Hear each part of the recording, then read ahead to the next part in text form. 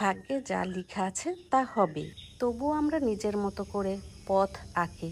আর এই আঁকাবাঁকা পথে হয়তো অনেকের শখ পূরণ হয়, অনেকের শখ পূরণ হয় না।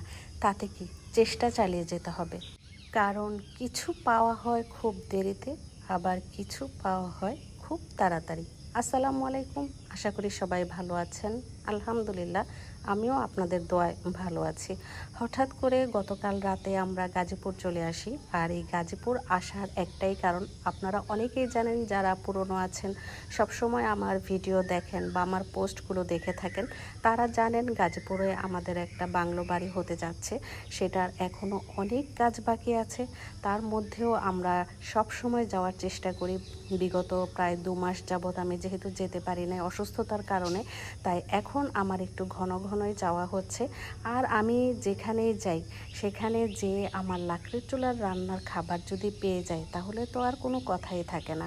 আমি কিন্তু ঢাকা থেকে দেশি হাঁস কিনে নিয়ে গিয়েছি গাজীপুরে, কারণ একটাই, সেখানে যে হাঁসের মাংসটা লাকড়ির চুলায় রান্না করব এবং মনের মতো করে রান্না করব, রান্না করে সবাইকে নিয়ে একসাথে বসে খাওয়া দাওয়া করব।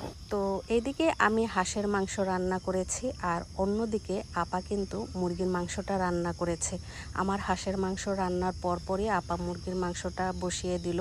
আর আপার হাতের মুরগির মাংস যে বা যারা খেয়েছে সবাই বলে যে শুধু মুরগির মাংস না, সব রান্নাই মজা, কিন্তু স্পেশালভাবে মুরগির মাংসটা কিন্তু খুবই টেস্ট হয়। এটা আমার স্বামী থেকে শুরু করে সবাই সবাই, আমার ভাসুর, আমার যা, আমার শাশুড়ি, আমরা সবাই খুবই পছন্দ করি এই আপার হাতের রান্না। যাই হোক, এদিকে আপার হাতের রান্না আজকে আমি দেখব এবং সে কিভাবে রান্না করে সেটাও আমি শিখে রাখলাম। তো আমরা সাধারণত এভাবে রান্না করি। আমি একদিকে আপার রান্না দেখছিলাম, আর অন্যদিকে আকাশে মেঘ করেছে। আমরা যেহেতু ঢাকা ফিরে যাব আজকেই, তাই আমি দেখছিলাম যে আকাশটা মেঘ করেছে, আমরা কিভাবে যাব সেই চিন্তা করছিলাম।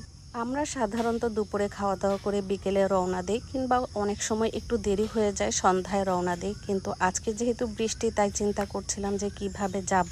যাই হোক, বৃষ্টি আসছে, সেটাও খুব ভালো লাগছে, সুন্দরভাবে উপভোগ করলাম। আর এর আগে, বৃষ্টির আগে যে কাজগুলো হয়েছে সেগুলো আমি আপনাদের সাথে শেয়ার করছি। আমার স্বামী গাজীপুর আসা মানেই হচ্ছে সে শুধু কাজ আর কাজ নিয়ে ব্যস্ত থাকে। আর এইদিকে আমি সব কিছুই দেখি। তার মধ্যে গাছের কিছু লিচু অল্প অল্প পেকেছে। আমি ভাবলাম যে গাছের এই লিচুগুলো একটু পেড়ে খেয়ে দেখি। লিচুগুলো মাশাআল্লাহ না পাকতেই কিন্তু খেতে খুব ভালো লেগেছে। তো আমি এদিকে গাছ থেকে লিচু পেড়ে তারপর সেগুলো কুড়িয়ে নিচ্ছিলাম। তারপর ভাবলাম যে সবাইকে নিয়ে একটু একটু করে খেয়ে দেখি। যাই হোক, এই ছিল আমার ছোট্ট একটি ব্লগ। নেক্সট ব্লগ দেখার আমন্ত্রণ জানিয়ে আপনাদের কাছ থেকে বিদায় নিচ্ছি। সবাই ভালো থাকবেন, সুস্থ থাকবেন। আল্লাহ।